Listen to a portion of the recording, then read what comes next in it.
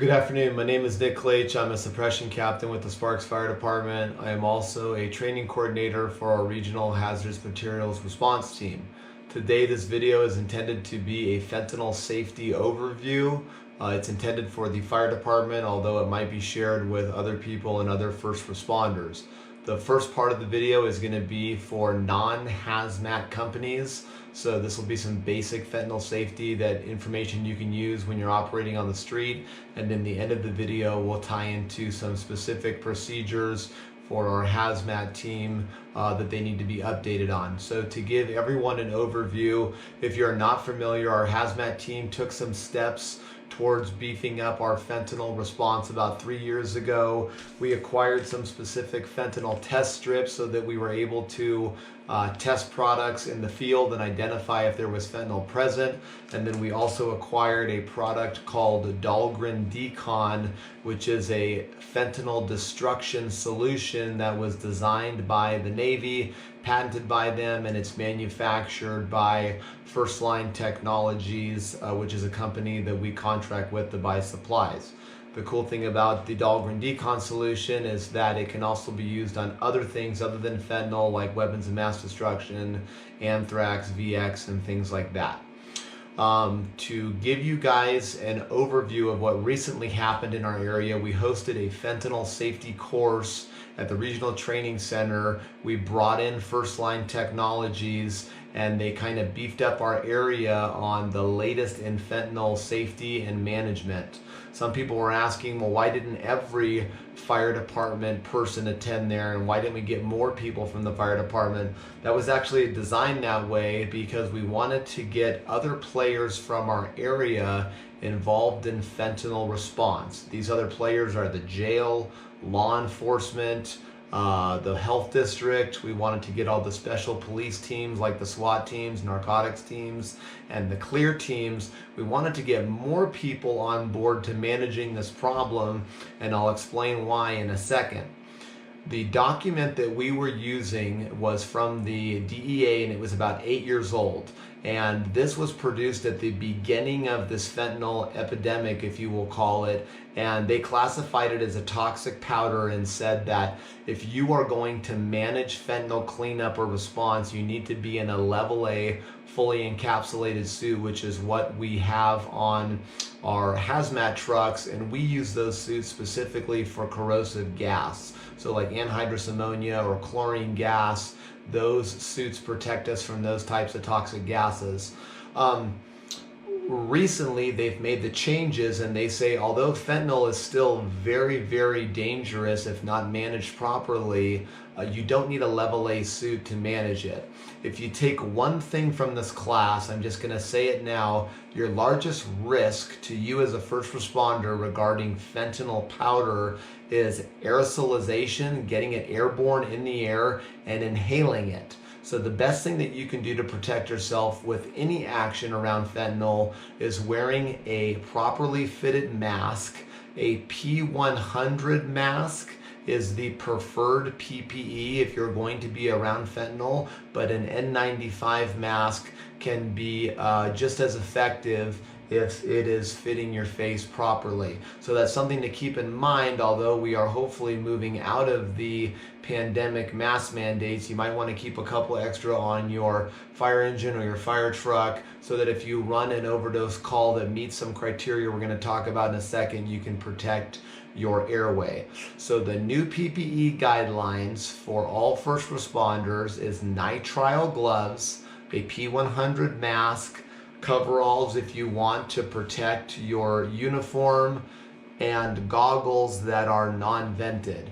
The goggle part is a real safe measure because they're concerned that maybe if you're testing or doing something, you could splash something up into your eye. I think any safety goggles or any safety glasses would probably do just fine for the things that we are going to talk about.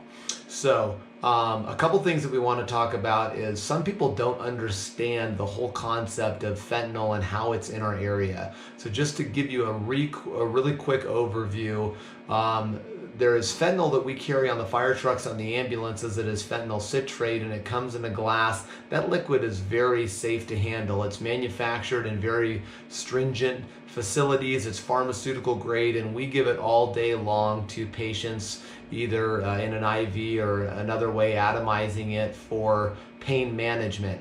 So people say, well, how do you take that liquid and now it's this powder that is extremely dangerous for us to handle?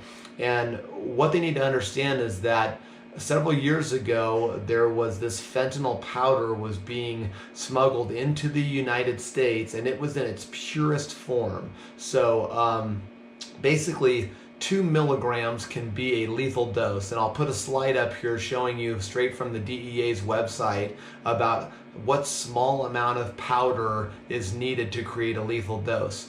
One thing that you have to be aware of is that the end user is influential on that number. So me, I don't have an opioid addiction and I don't use this product daily. That small amount in the picture that we showed could be lethal to me if I inhaled it and I had a direct route into my lungs. For a person that's a recreational drug user, that amount may not even give them the desired effect that they want because they have such a high tolerance to it. So keep that in mind when you're looking at lethal dosing, and if you're comparing an effect that someone had by a volume you're looking at, you have to take that into consideration. The DEA did look at several counterfeit tablets, and they ranged anywhere from 0.02 milligrams to 5.1 milligrams of fentanyl. So over a host of tablets that were illegally manufactured, some of these tablets had 3 times the lethal dose, or almost 3 times the lethal dose of fentanyl. So it's very important to know that fentanyl is in almost everything in the illicit drug trade right now. There is pills that are being manufactured to look like generic Percocet. Those are fentanyl. There is heroin that is being made that is not the poppy seed original heroin that people are used to. It is fentanyl powder, and it is mashed up with a brown multivitamin to look like black tar heroin, and that's fentanyl. They are seeing it everywhere now. People are vaping it, and it's important to know that if you are one of those people we talked about earlier that does not have a tolerance to opioid, and you decide to buy a counterfeit Percocet or oxycodone off the street, you could be getting one of these tablets that is 3 times the lethal limit, and that person now has an acute overdose. So one thing that is an advantage to us as first responders is that 8 years ago, this product was coming into the United States in its pure form, and essentially it was cutting out the Mexican drug cartels. So this is not my information. It's off of the CDC websites and other federal websites. Now the majority of our fentanyl comes from the Mexico across the border, and it is usually cut 20-1 when it enters the United States. So essentially we have a 20-1 safety factor reduction from what the fentanyl powder is in its purest form, but it does not mean that it's not benign. It's just less of a threat to us than if it was in its pure form here. There may still be people in the United States that have access to the pure fentanyl, despite the federal government and other resources trying to shut that process down. So just be aware that not all of it comes cut across the border.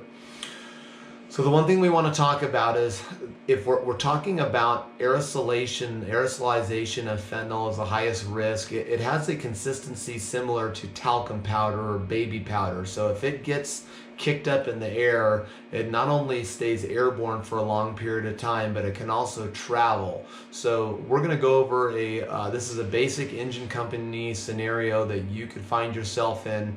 Let's say you go to a downtown motel in Reno or Sparks, and it's an overdose, and you walk in and there is someone that is unresponsive on the floor, and you see what's crushed up white powder over on the table. We still need to provide treatment for this individual. So the easiest thing to do would be to notify your crew, hey, there is a powder there that we need to be aware of, and don your PPE. Take a couple seconds to put on your N95 or your P100 mask. wear your eye protection, your nitrile gloves. Probably the easiest thing to do is if this person's not contaminated by the powder, just go in and drag them out. Now you've removed you and the victim from this potential source that we're concerned about. You can render treatment and do whatever you need to do, and you're not going to be affected. If you have to work in a room where there is suspected fentanyl powder present, one thing you can do is just leave it alone. They've actually found that a lot of people trying to mitigate this by throwing something on it, that actually creates an aerosolization effect. So if it's off to the side, you could just leave it alone. If you need to control it, one thing that they suggest that you can do is you can mist it with water. And I'm going to show a demonstration here in a second. This also goes to our hazmat technicians applying the decon solution, which we'll talk about later. But misting it would be spraying water up in the air, letting it come down on this powder, and then it's essentially securing it in place. What you don't want to do is spray it at an angle and risk putting the product up in the air. If you are a contaminated first responder, so let's say that you go in and you get, let's just say for this example that you get actual fentanyl powder on your hands. Most of the videos that you will see on internet, on the Instagram of someone touching fentanyl and going down, those have proven to be psychosomatic events. Someone touches this powder and they think, I've read all this bad stuff about fentanyl, I'm gonna die now because it touched my fingertips, and they pass out. There are numerous studies that show people becoming in contact with fentanyl powder on their bare skin. They go over, wash their hands with soap and water, and they never receive an overdose or any ill effect from that exposure. Remember, we're not talking about airway being involved, we're just talking about your hands. Alcohol hand sanitizers are not good in relation to fentanyl. They actually can increase the permeability and create an absorption route through your body, through your skin. So plain soap and water is all you want to use. Do not use alcohol-based products.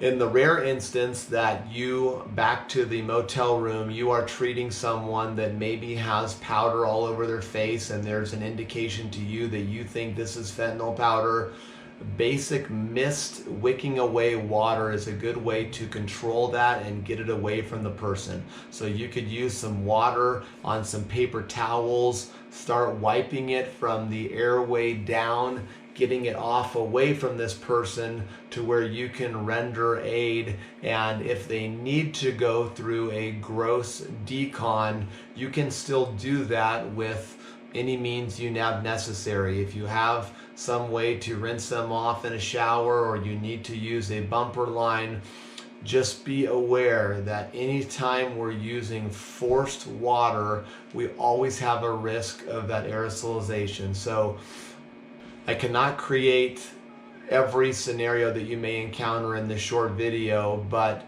take a second and think what your actions are going to do if you blast somebody with a hose line or a water can. Now you get this powder up, that's going to create another problem for you. Anytime we are on a scene, whether it is a basic engine company or one of our hazmat companies, please consult the law agency of that jurisdiction and ask them if they are interested in pursuing the case in a criminal format. What we don't want to do is destroy fentanyl products only later to find out that our law enforcement actually needed that for an investigation they were working on or something like that. So if you're doing a deconstruction mission, or if you're on a medical call and you're doing the things that we're talking about, try to consult with your local law agency. So one of the things that I talked about is that we're going to have more personnel trained in our area, and now that the PPE requirements are outside of the level A suit, we're hopefully going to create multiple tracks of how we would deal with this in our area.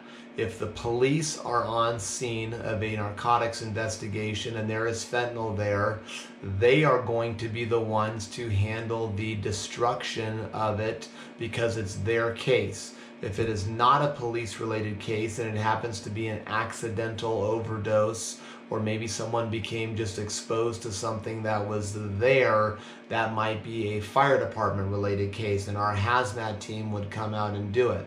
Our goal is to decrease the number of personnel that we need to basically a skeleton crew. Based on the information on the scene, it might just be one of our hazmat companies that goes out, does some preliminary field testing, does a field deconstruction or a decontamination of the area, and then we're going to move on. So now we're going to get into specific products for our hazmat team. If you want to keep watching the video, I would encourage you to. This may be information that you may find useful depending on if you are on one of these scenes. So we still have our rapid response test kits. These are registering fentanyl down to 20 nanograms. I'm going to go through a step-by-step process of how we use this. There's also a YouTube video by the manufacturer BTNX that goes through why these strips were actually invented, and what they were invented for was for people to actually test their drugs and figure out if fentanyl is in them, and then whether the test is negative or positive. There's a rather comical YouTube video that talks about how you should proceed if you find out that fentanyl is in your drugs.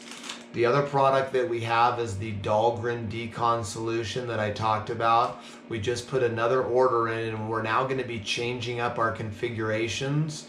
We're going to be carrying a case of 200 milliliter solutions of Dahlgren. So when you mix this now for a deconstruction, or maybe you're doing it for if someone is in PPE and we want to clean off the PPE, we can dilute the standard Dahlgren Decon solution 5-to-1 and still have it be effective. Since we think that most of our cases in the future are going to be just cleaning up a small amount that someone finds or that is left after a scene, we wanted to change our volume amounts to a smaller concentration. You can use that 5-to-1 dilution to increase your overall amount that you have, and then if you happen to need more than that, we want to chew up smaller amounts of packets rather than have a large packet, open it up and find out that we only needed a small amount. This is a cost-effective way for us to manage it. Please be aware that the pot life is still right around 5 to 6 hours, so once you mix it, you have 5 or 6 hours to use it. The reduction or the dilution cannot be done on the front end. So what that means is if you have part A and part B, you can't take a little bit of each one and then put the caps back on. That is not the way they're designed to be used. You need to open up both containers, dump them in, use them completely, and then you can reduce that solution once it's in its final form. An important thing to note is that Dahlgren is a decon destruction agent. Do not use things like Lysol and bleach and other industrial cleaners that have a higher pH, because it actually makes it harder to destroy the fentanyl later. A product like Lysol actually is not going to destroy fentanyl. It may dilute it and make it wet, but it sometimes, depending on the cases, it can actually strengthen the bonds and make it harder to destroy later.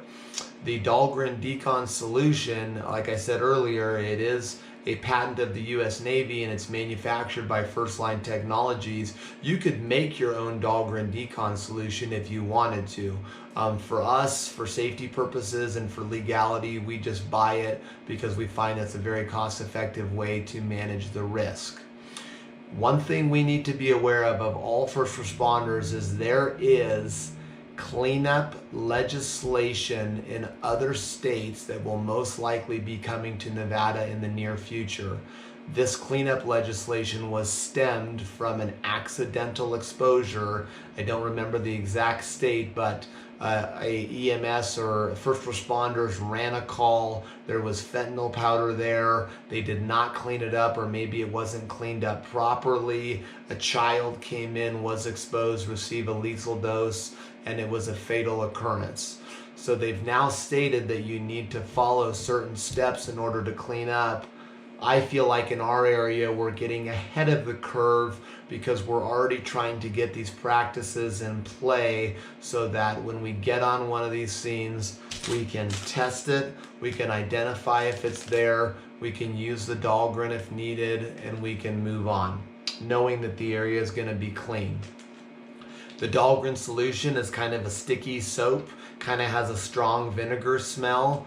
Once the solution is in play, like say it's on a carpet in a nightstand in a motel room, once 5 minutes has passed, that area may be destructed. It is probably a good idea to take another sample once you've used the Dahlgren, or take another test strip and see if you got a positive on the beginning. Now you use the decon solution, do another test strip to ensure you have a negative, and now you have documentation that the product has been destroyed.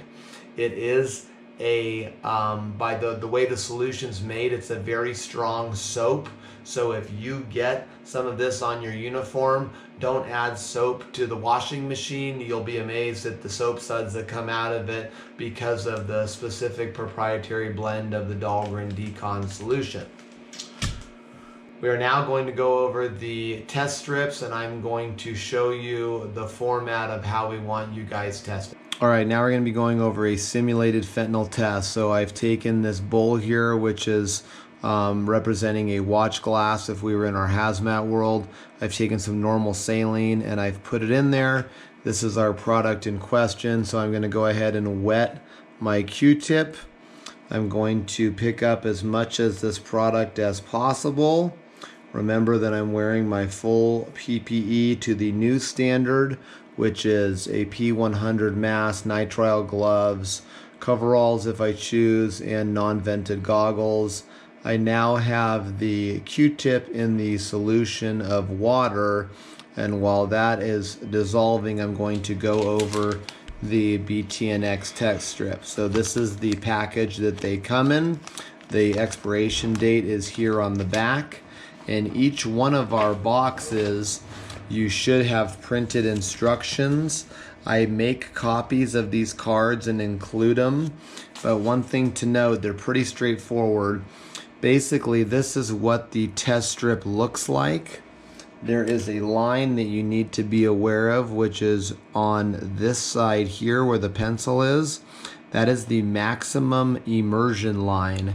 So when I'm putting this test strip in, I do not want to go above that blue line. So we're going to go ahead and hold that in the product. You can see that I am not sticking the entire strip in, and one line is positive, 2 lines are negative. So we're going to go ahead and get some water on that, and it takes about 5 minutes for the entire test strip to read. So we'll go ahead and set it here, and then we'll see what our results are.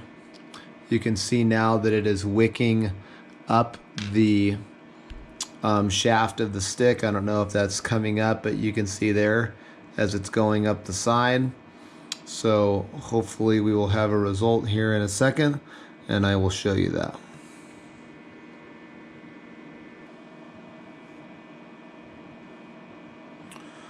Alright, so now it's very clear that we have 2 lines in that white area of the test strip. I'll point it out with the pencil. We have 2 lines here, which is indicative of a negative result. I will tell you, after playing with this several times, it took me 3 times to get this because I was using the strip incorrectly. What I was doing was taking this entire piece from the blue line down and submerging it in the water, which makes the test invalid. As you can see, I do not have any clear lines there, versus if I hold up the one that I did do correctly, you have lines there. So hopefully this will give you a result. If you do have fentanyl present, please be aware that just because you have tested a small amount of powder, if you get a negative result, but the scene and all the information is telling you that it should be positive, do another test. Now, this product that I have here, this could be a crushed up pill, or I don't exactly know. Maybe this is from one batch of pills and the person was exposed to another. There is a concept called chocolate chipping, and that means that not all pills are created equal. So one thing to be aware of is a concept called chocolate chipping, and what it refers to is that when pills are produced in illicit labs, they are not to the standards of the FDA and the high tolerance of professional manufacturing. So you may get someone that is mixing fentanyl powder with other cut agents, and they're doing it in an inconsistent manner. So this top pill here represents a pill that has no fentanyl in it. This middle one has a couple specks where someone would feel some effects, and then this bottom one here has way too much of the product. So these are actually referred to as kill pills, or potential kill pills, because the dose is like 4 times what it should be for an intended illicit pill. Why this matters is that I don't envision us as firefighters participating in narcotics investigations, but if we're there for a hazmat related call and people are grinding up powder and either snorting it or shooting it, or I don't know what the example would be, and you test something, you may be testing one of these pills here and get a negative. So do your due diligence with your scene assessment, and I foresee most of these calls are going to be straightforward. We're there for an overdose that is reversed by Narcan, and then there is fentanyl powder nearby. So we put 2 and 2 together, we test it, destroy it, and we leave. These would be for more of your higher level calls in complexity, where maybe it's not straightforward. We're trying to figure out why someone has behaved a certain way or why there's a fatality and we can't figure it out. This concept is just something to keep in mind. If you're doing testing, you might have to test multiple sources or use a couple different methods if you're trying to rule in or rule out a positive hit. So the next demonstration is going to be a simulation of how you would apply the Dahlgren decon to destroy the fentanyl product. So this spray bottle is representing our Dahlgren. I don't know exactly what the configuration is for the bottles depending on who we get them through, but they'll probably be a little smaller than this. We're still going to keep our 5-gallon weed sprayer that we already have on the rigs. Those are to be reused. When I get some like this, these are going to be disposable because they will hopefully be inexpensive. So if we were trying to destroy this product in question, I'm going to first demonstrate the inappropriate way to do it, which is applying a straight stream, and you will see the product become aerosolized. So you may not have caught all of that on camera, but essentially what we did is we pushed half the product over, and it was pretty clear from my vantage point that now some is in the air. Now we're going to go over the correct management technique for that. So now that our sprayer is set to the fan pattern, we're going to come in and just lightly spray in the air. And we're using, maybe this type of angle. We're going to put the spray up and let it rain down on the product. Or we can even come down from the top. So upon further inspection, you can see that there is moisture over the entire product. You can still see that there is still a lot of this simulated fentanyl powder that is not fully saturated in the Dahlgren.